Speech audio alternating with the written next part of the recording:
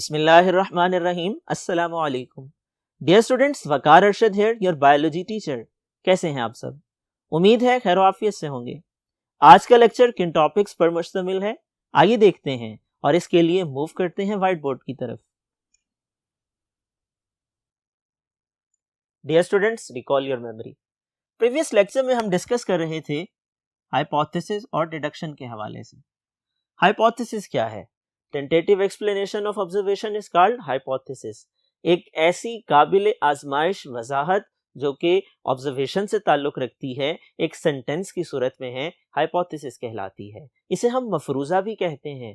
Dear students, एक अच्छे hypothesis की कैरेक्टरिस्टिक्स क्या हैं? इसकी स्टेटमेंट सिंपल होनी चाहिए, जनरल होनी चाहिए, टेंटेटिव होनी चाहिए, पोटेंशियली फाल्सिफाइबल होना चाहिए और ऑब्जर्वेशंस के मुताबिक होना चाहिए। हाइपोथेसिस की एग्जांपल क्या है? Plasmodium is the cause of malaria, ये हाइपोथेसिस की मिसाल है। डिडक्शन की बात की जाए, एक हाइपोथेसिस तब तक मुकम्मल नहीं होता जब तक उससे डिडक्शन ड्रॉ नहीं कर ली जाती। डिडक्शन क्या है? Deductions are logical consequences of hypothesis. ये दरअसल वो लॉजिक है जो प्रोवाइड की जाती है हाइपोथेसिस को, और इसमें इफ एंड देन की लॉजिक इस्तेमाल होती है। इसकी एग्जांपल की बात की जाए, हमने डिस्कस किया, if plasmodium is the cause of malaria then it should be present in all malarial patients. Dear students, आइए अब हम डिस्कस करते हैं नेक्स्ट स्टेप को, एक्सपेरिमेंटेशन। एक्सपेरिमेंटेशन कहा जाता है तजुर्बात को।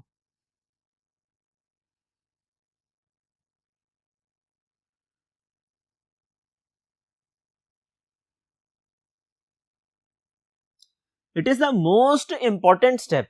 It is the basic step in biological method for solving biological problem. Dear students, अगर आपको याद हो, प्रीवियस लेक्चर्स में हम डिस्कस कर चुके हैं साइंस की डेफिनेशन को। साइंस की डेफिनेशन में भी ऑब्जर्वेशन और एक्सपेरिमेंटेशन का तस्करा किया गया। ये इतना अहम है कि इसकी बुनियाद पर साइंस की बुनियादें मौजूद हैं। हम आज जिस इल्म का मुतालिया करते हैं वो दरअसल तजर्बात और मुशाहिदात से हासिल करदा इल्म है। इसी अहमियत के पेश नज़र इस मरहले को अच्छे तरीके के साथ, तवज्जो के साथ समझ लीजिए।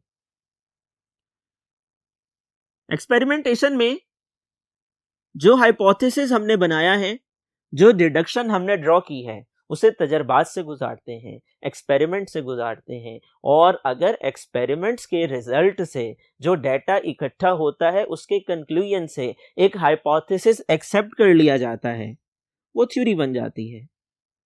और अगर एक हाइपोथेसिस रिजेक्ट कर दिया जाए, गलत साबित हो, तो वो मुस्तरद हो जाता है, उसको सही कंसीडर नहीं किया जा सकता। क्योंकि हम ये डिस्कस कर चुके हैं कि लाजिम नहीं हाइपोथेसिस हमेशा ठीक हो, ये गलत भी हो सकता है, ये सही भी हो सकता है, और इसकी आजमाइश ही के लिए तजुर्बात किए जाते हैं। डियर स्टूडेंट्स, तजुर्बात कैसे किए जाते हैं? जब बायोलॉजिकल मेथड की बात की जाए, बायोलॉजिकल प्रॉब्लम को सॉल्व करने की बात की जाए, तो तजुर्बात कंट्रोल्ड एक्सपेरिमेंट्स होते हैं। कंट्रोल एक्सपेरिमेंट्स से क्या मुराद है, आइए डिस्कस करते हैं। Dear students, control in experiment को समझने के लिए जहन नशी कर लीजिए। दो ग्रुप्स बनाए जाते हैं एक्सपेरिमेंटेशन के दौरान। एक को कंट्रोल ग्रुप का नाम दिया जाता है और एक को एक्सपेरिमेंटल ग्रुप का नाम दिया जाता है।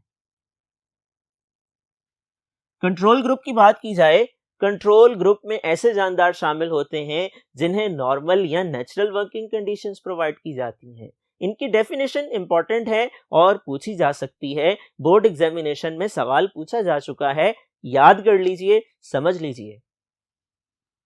It is a group of organism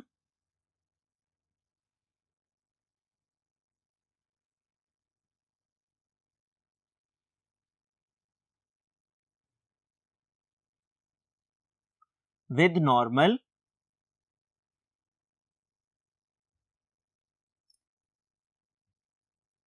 or natural working conditions।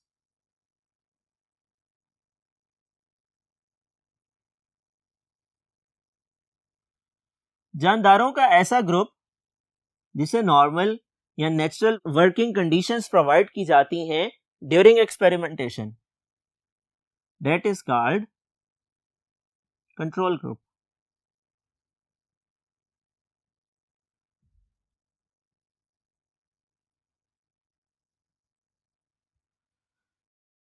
Dear students, इसके बाद जो दूसरी कैटेगरी है वो एक्सपेरिमेंटल ग्रुप की है।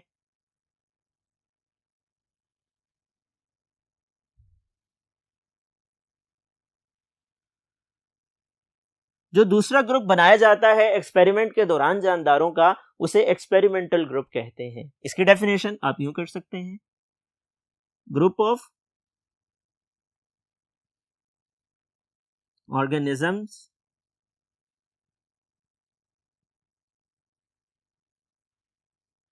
with changed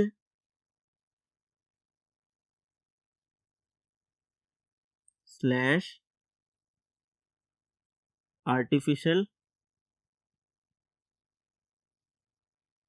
or abnormal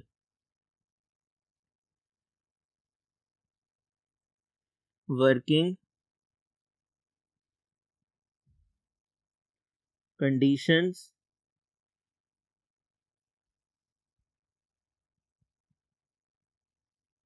for which we want to check the effect। Dear students, इसको हम कह सकते हैं experimental group. Group of organisms with changed artificial or abnormal working conditions for which we want to check the effect, that is called experimental group। यानी जानदारों का ऐसा group जिसको तब्दील शुदा या एबनॉर्मल या मसनूई वर्किंग कंडीशंस प्रोवाइड की जाएं एक्सपेरिमेंट के दौरान, ताकि इसके रिजल्ट को जांचा जा सके, परखा जा सके, ये ग्रुप कहलाता है एक्सपेरिमेंटल ग्रुप। डियर स्टूडेंट्स, जब भी हम बायोलॉजिकल मेथड में एक्सपेरिमेंटेशन करते हैं, हम इन दो ग्रुप्स की सूरत में ऑर्गेनिजम्स को कैटेगराइज कर लेते हैं। कंट्रोल ग्रुप और एक्सपेरिमेंटल ग्रुप की सूरत में जानदारों को तकसीम कर लेते हैं और दोनों के रिजल्ट्स को कंपेयर करते हैं, कंट्रास्ट करते हैं, ताकि कंक्लूजन ड्रॉ किया जा सके। मिसाल के तौर पे एग्जाम्पल्स की बात की जाए तो फर्ज किया एक हाइपोथेसिस है और उसको हमने चेक करना है। कार्बन डाइऑक्साइड बुनियादी जरूरत है पौधों में फोटोसिंथेसिस के लिए। अब जब हम एक्सपेरिमेंटेशन करेंगे, हम दो ग्रुप बनाएंगे, एक को कंट्रोल ग्रुप का नाम दिया जाएगा, एक को एक्सपेरिमेंटल ग्रुप का नाम दिया जाएगा। कंट्रोल ग्रुप में जो जानदार हैं, जो पौधे हैं, उनको खुली फिजा में रखा जाएगा, उनके लिए फ्रीली अवेलेबल कार्बन डाइऑक्साइड मौजूद होगी। और एक्सपेरिमेंटल ग्रुप में जो जानदार रखे गए हैं, जो पौधे रखे गए हैं, उनको ऐसी जगह पे रखा जाएगा जहां फ्रीली अवेलेबल कार्बन डाइऑक्साइड मौजूद नहीं होगी। नतीजा क्या होगा?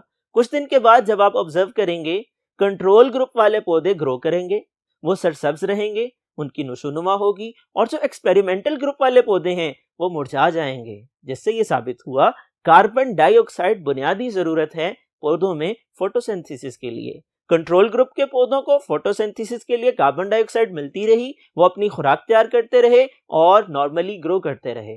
जबकि एक्सपेरिमेंटल ग्रुप के पौधों को जब कार्बन डाइऑक्साइड की सप्लाई रोक दी गई तो उनकी नशोनुमा मुतासिर हुई और वो मुरझा गए। इस तरह से दोनों ग्रुप्स के रिजल्ट्स को कंट्रास्ट किया गया और नतीजा ये निकला कि हाइपोथेसिस सही था, कार्बन डाइऑक्साइड फोटोसिंथेसिस के लिए पौधों में बुनियादी जरूरत है। डियर स्टूडेंट्स, आइए फर्दर डिटेल्स को डिस्कस करते हैं, मजीद क्या स्टेप्स हैं उनको समझने की कोशिश करते हैं। डियर स्टूडेंट्स, अगला मरहला है समराइजेशन ऑफ रिजल्ट्स। जो भी एक्सपेरिमेंट किया जाता है वो तब तक साइंटिफिक एक्सपेरिमेंट कंसीडर नहीं किया जा सकता जब तक उसमें बायोलॉजिकल मेथड वाला तरीका इस्तेमाल ना किया जाए। उसमें कंट्रोल और एक्सपेरिमेंटल ग्रुप बनाए जाते हैं, डेटा इकट्ठा किया जाता है, ऑर्गेनाइज किया जाता है। ऑर्गेनाइज करने के लिए ग्रुप्स और सब ग्रुप्स में डिवाइड किया जाता है, उससे टेबल्स और चार्ट्स बनाए जाते हैं, उसकी एवरेज निकाली जाती है, स्टैटिस्टिक्स को अप्लाई किया जाता है और अप्लाई करने के नतीजे में रिजल्ट को निकाला जाता है, डिराइव किया जाता है, एक्सट्रैक्ट किया जाता है। तो समराइजेशन ऑफ रिजल्ट में हम डेटा को ऑर्गेनाइज करते हैं और ऑर्गेनाइज करने के बाद स्टैटिस्टिक्स को अप्लाई करते हैं।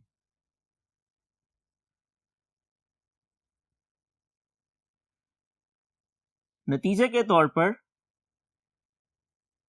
जिस मौजू पर तहकीक हो रही है और जो एक्सपेरिमेंटेशन की गई है उससे मुतल्लिका डेटा से रिजल्ट या कंक्लूजन डिराइव्ड हो जाता है, नतीजा अखज़ कर लिया जाता है।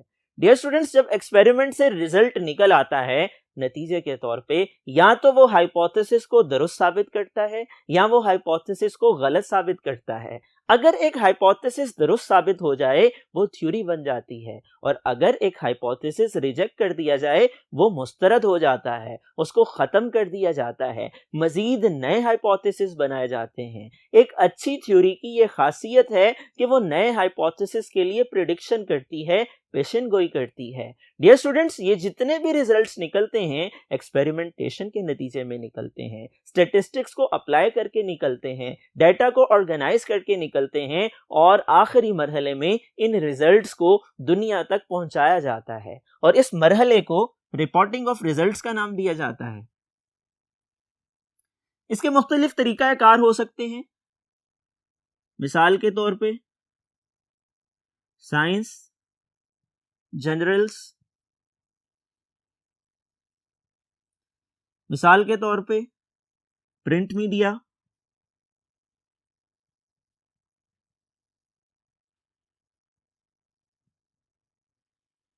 मिसाल के तौर पर इलेक्ट्रॉनिक मीडिया,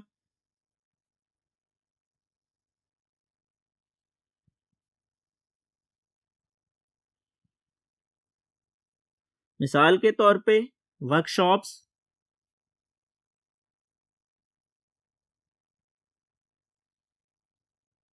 ये मुख्तलिफ टूल्स हैं कि जो इस्तेमाल किए जा सकते हैं बायोलॉजिकल मेथड से हासिल होने वाले नताइज को साइंटिफिक कम्युनिटी तक पहुंचाने के लिए। एक साइंटिस्ट एक काम ये भी कर सकता है कि अपनी रिसर्च को साइंटिफिक जर्नल में पब्लिश करे, वो ये भी कर सकता है किसी रिसाले में पब्लिश करे, किसी अखबार में पब्लिश करे, और ये भी हो सकता है कि इलेक्ट्रॉनिक या डिजिटल मीडिया को यूटिलाइज किया जाए, सोशल मीडिया को इस्तेमाल किया जाए। इसी तरह से वर्कशॉप्स कंडक्ट करवाकर, ओरिएंटेशन दे करके भी साइंटिफिक कम्युनिटी को उन रिजल्ट्स से आगाह किया जा सकता है। इसको हम रिपोर्टिंग ऑफ रिजल्ट कहते हैं। डियर स्टूडेंट्स, ये भी उतना ही अहम है जितना बाकी स्टेप्स अहम हैं। जब तमाम स्टेप्स को फॉलो कर लिया गया, जब बायोलॉजिकल प्रॉब्लम को सॉल्व कर लिया गया, जब नतीजा अखज़ कर लिया गया, तो ये बहुत अहम है कि इस नतीजे को साइंटिफिक कम्युनिटी तक पहुंचाया जाए, साइंटिफिक कम्युनिटी को इससे आगाह किया जाए, और उसके नतीजे में ये मालूमात में इजाफे का बायस बन सके, इंसानियत की फलाह बहबूद में इस्तेमाल हो सके, कुदरत को समझने में मददगार साबित हो सके।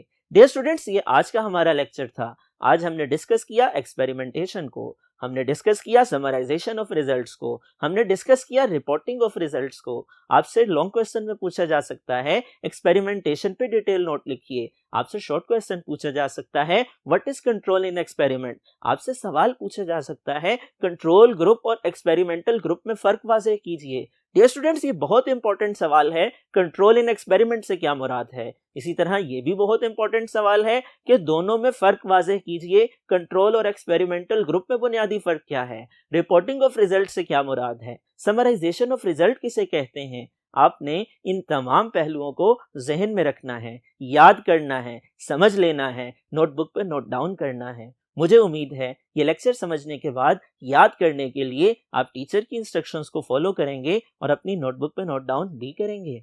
डियर स्टूडेंट्स, अगले लेक्चर तक के लिए अपना ख्याल रखिएगा। इजाजत दीजिए। अल्लाह हाफिज।